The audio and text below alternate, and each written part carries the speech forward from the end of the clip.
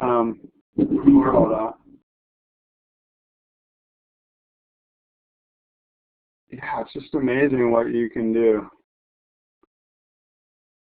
And, you know, some people make a lot of money like buying and selling used cars. There's so many things you can, you know, yeah, it's amazing. So this is economics. We're talking about e-commerce today, which is another way of saying the internet marketplace.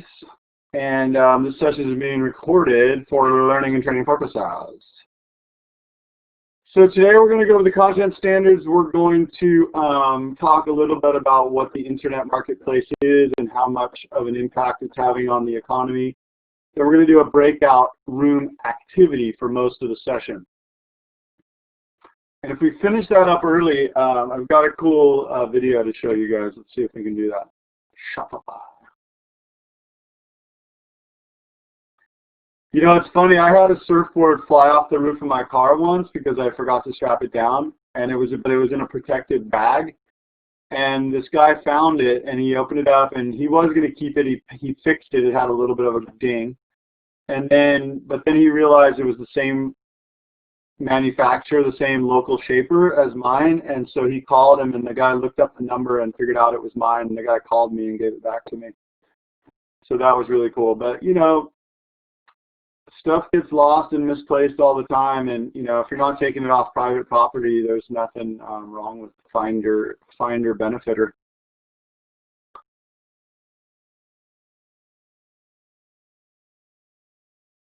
Wow, that's awesome. $200 for a used surfboard is a pretty good price. I mean, that's whoever bought it's probably really happy too. All right, so we're still talking about economic terms and concepts and reasoning, and now we're getting more into the trade, international trade, part 2 here, or section 6, how the U.S. affects the global economy.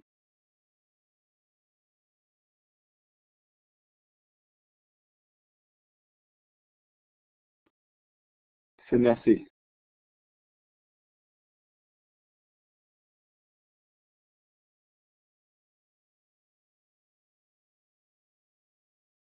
That's a pretty good explanation.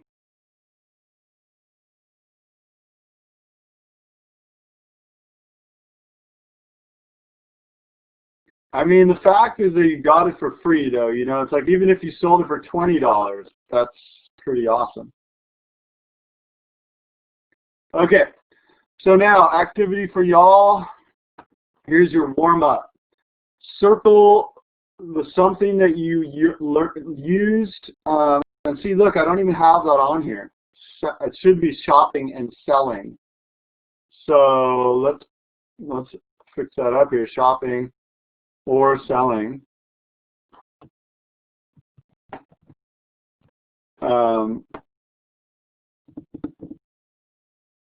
So circle or square the things that you did this week, and let's see like what people use the interweb for.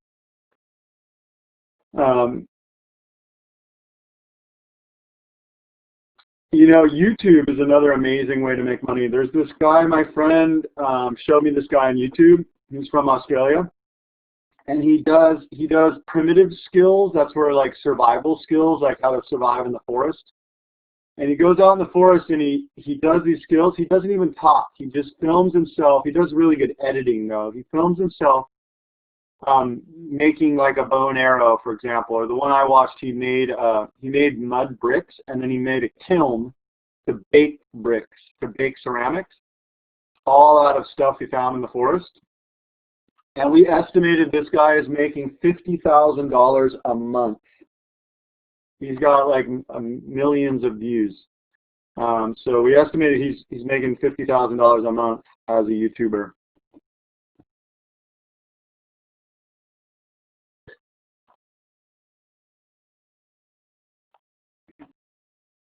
Yeah, furniture is good. The only thing with furniture is it takes up a lot of space.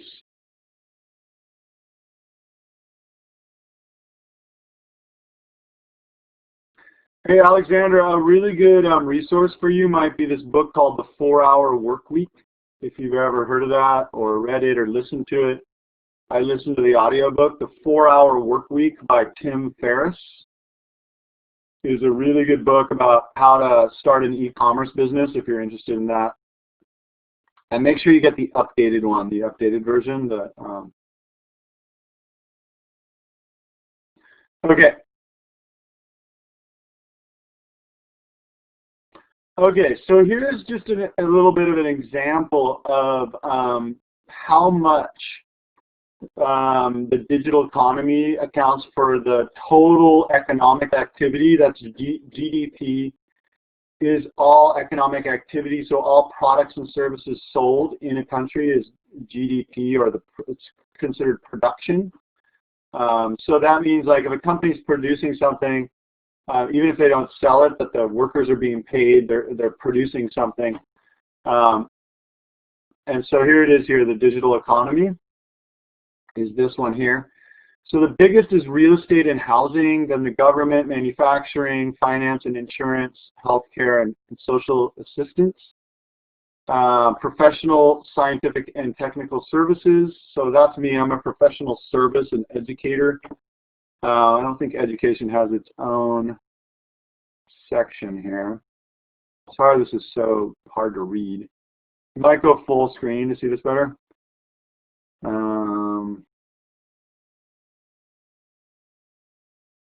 Educational services, actually, there I am, educational services. But I'm actually government. I'm part of the government. And that's why the government's so big, because it's like education, you know, building roads and bridges and all that kind of stuff, although we don't do as much of that as we used to. Anyway, so it's a big percent. 7%, about approximately 7%. But this is what's really amazing, is it doubled since 2010. So in 7 years, it doubled, almost doubled, from 4.2% to 7%. And since then, it's almost doubled again, probably.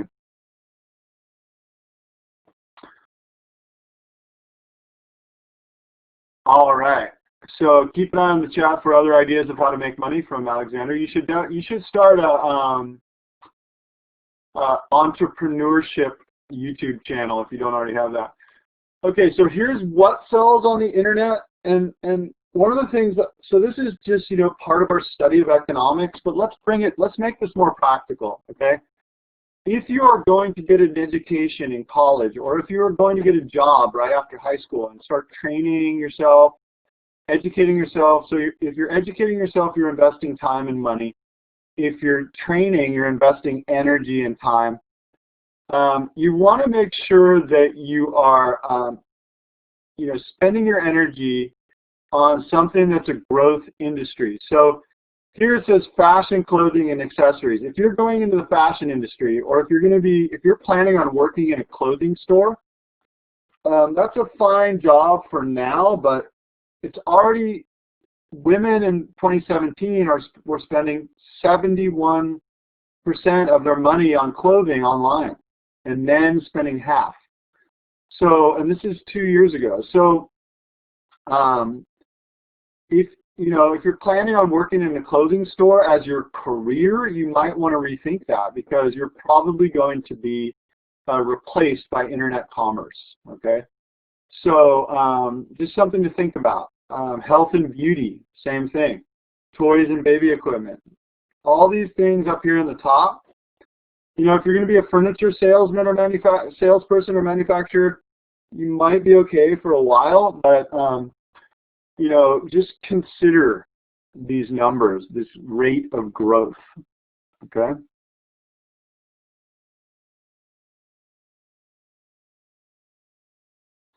All right. So these are the topics we're going to discuss now in a breakout room. Or this is the topic, but here's some ideas for you.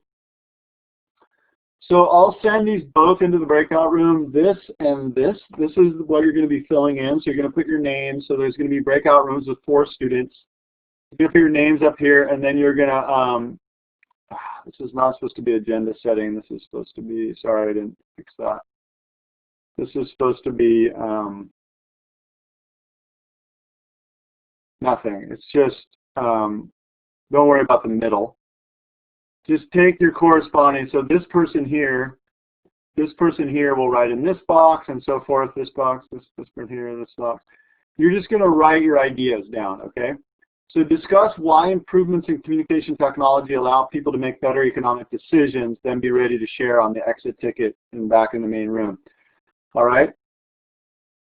And there is sort of a right answer, but the idea is just for you to discuss as a group. So you'll have your mic privileges,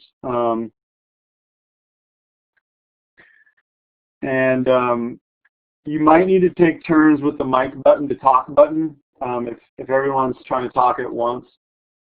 If you have any questions, put it in the chat. I'm going to now set up the breakout rooms with the appropriate slide.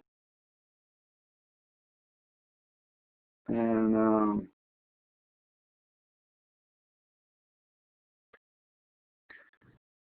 okay, here we go.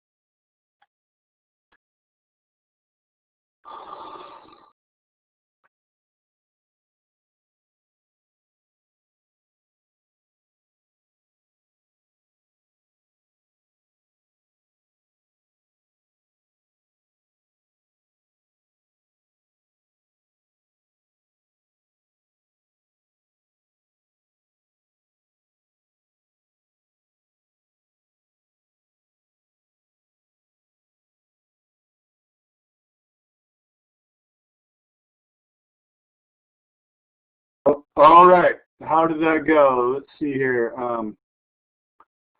So now let's fill this in as a group. Actually, is that what we're going to do? Or are we going to do? So this was the official answer for your quiz. If you didn't take it already, better communication makes it easier to get information needed to come to a well-informed decision. And we're going to do an exit ticket where you're going to reflect on that activity, but I just wanted to make sure that you know that tomorrow is our first required Friday session, and we'll be reviewing for the unit test that's actually due today. But if you want to wait until tomorrow, that's fine. I won't zero it out until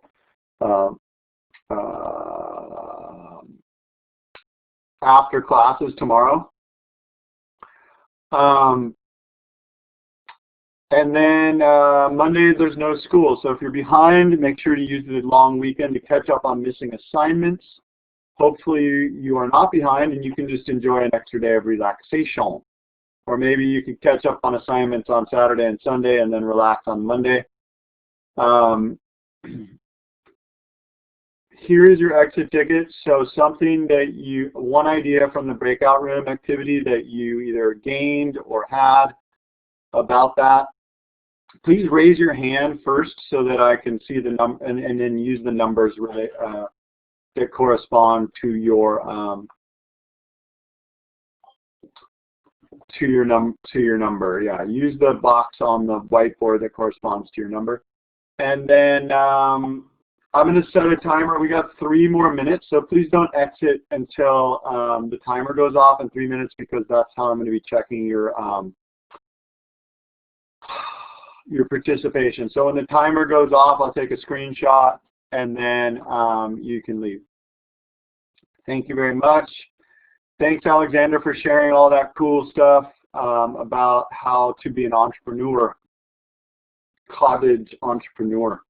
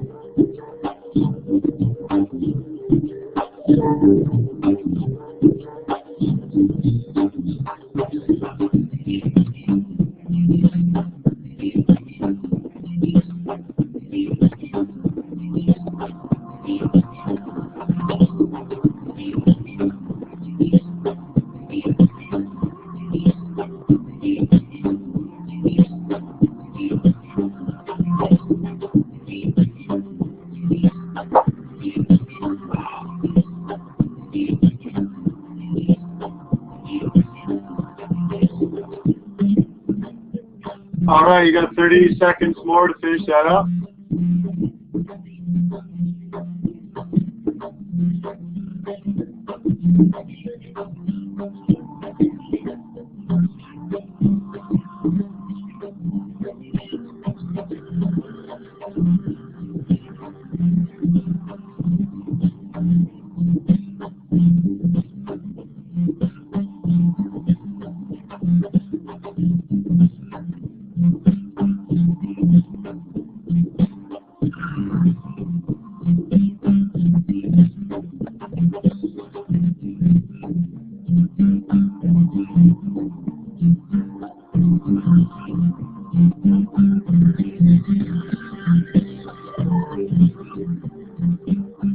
All right, you can take off now if you've done your exit ticket. Thank you very much for participating today, for coming to class.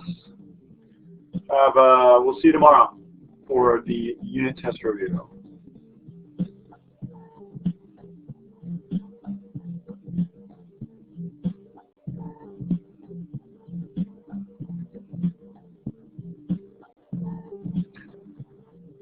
You too. Have a great day.